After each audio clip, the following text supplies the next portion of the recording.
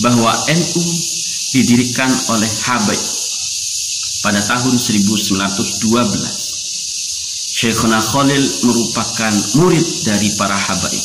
Strategi penguasaan umat yang berkelanjutan dari masa ke Belanda hingga hari ini dengan melakukan pembesaran nama leluhurnya, atau bahkan ada yang merubah identitas tokoh-tokoh besar kita menjadi marga dari marganya, yakni marga bagian dari Ba'alawi. Assalamualaikum warahmatullahi wabarakatuh, para sahabat santri dimanapun Anda berada. Kali ini saya ingin sekali membahas statement dari Habib.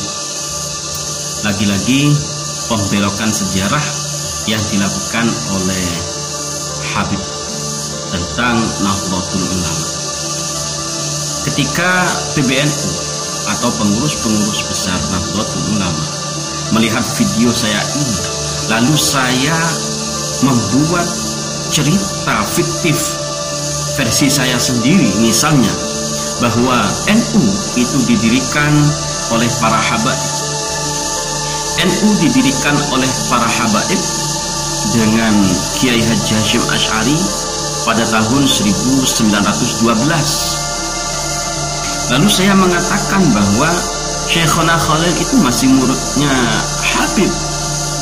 Syekhuna Khalil itu berguru kepada salah satu Habib, yang nanti akan ditayangkan sebuah video dari Habib yang berceramah, yang lalu mengisahkan kisah fiktif tentang Nahdlatul Ulama, kisah fiktif tentang Syekhuna Khalil Bangkalan.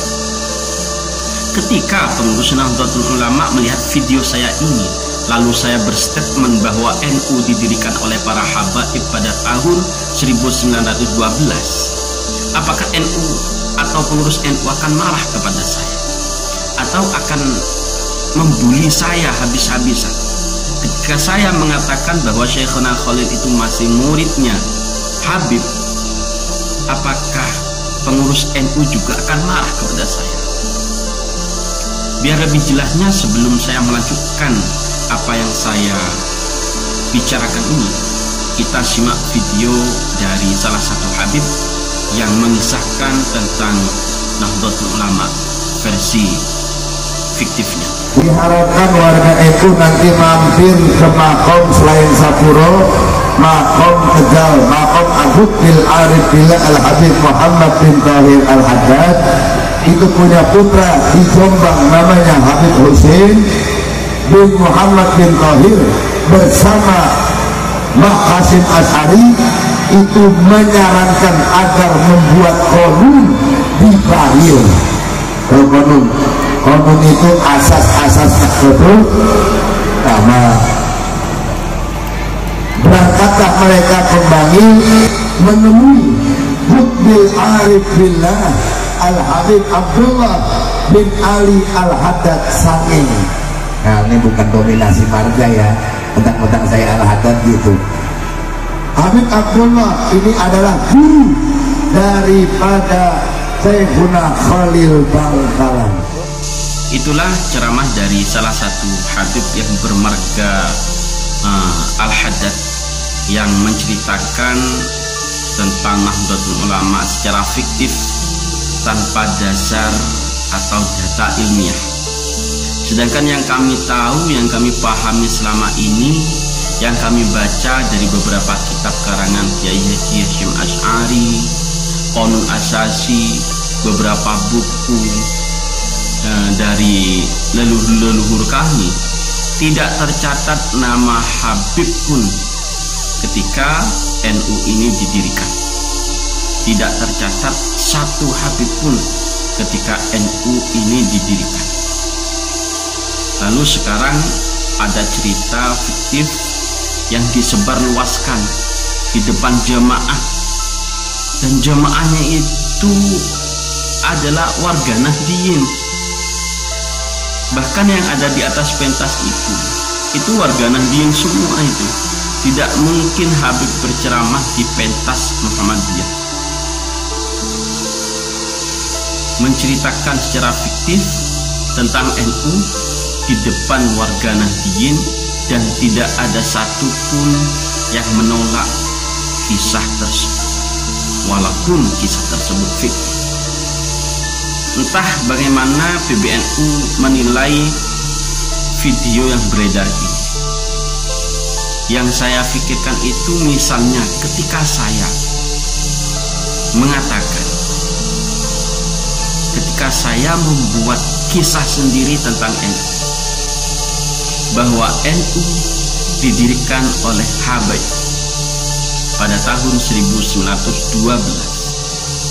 Syekhona Khalil merupakan murid dari para Habaib. Kira-kira ada reaksi seperti apa di tubuh PBNU? Saya harap PBNU lebih garang lagi menanggapi kisah-kisah fiktif yang seperti ini. Masa sekelas PBNU tidak pernah menanggapi cerita fiktif seperti ini? Atau mungkin di tubuh PBNU juga mengenal, juga menyebarkan cerita fiktif yang seperti ini. PBNU mengenal cerita fiktif yang seperti ini. Ini sangat keterlaluan, terutama bagi kami selaku warga Nahdliyin.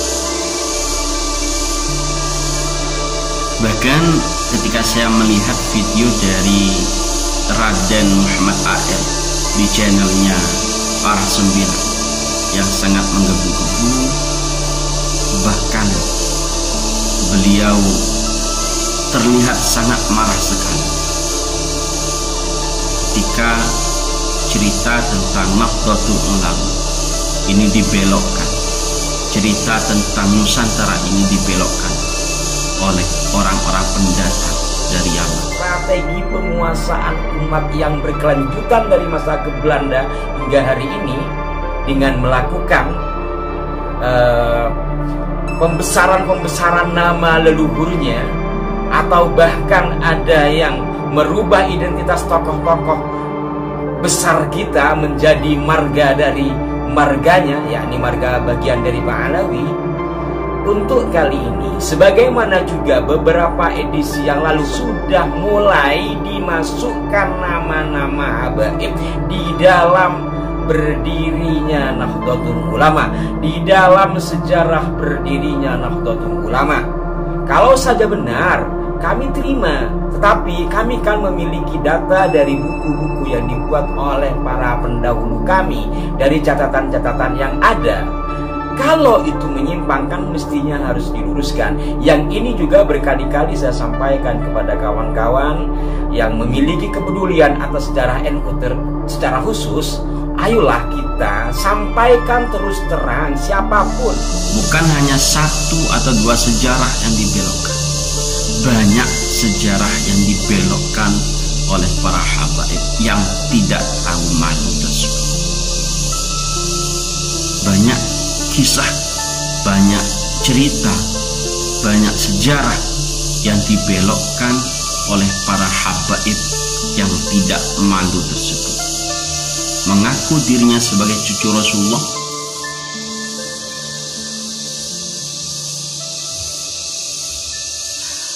tidak terbukti secara data, tidak terbukti secara DNA. Sampai sekarang masih gembar-gembor mengaku dirinya sebagai cucu Rasulullah, lalu membelokkan sejarah-sejarah yang ada di Nusantara, dan warga di Nusantara hanya diam saja. Kalau itu masyarakat awam, ya mungkin saja tidak peduli karena awam tidak paham tentang sejarah. Tapi kalau sekelas PBNU mendengar cerita fiktif yang seperti ini lalu diam, itu namanya kebacot, keterlaluan.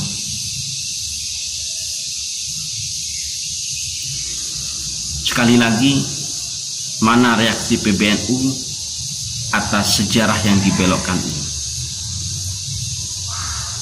Itu tanggung jawab dari PBNU, pengurus-pengurus Nahdlatul Ulama dimanapun kalian berada.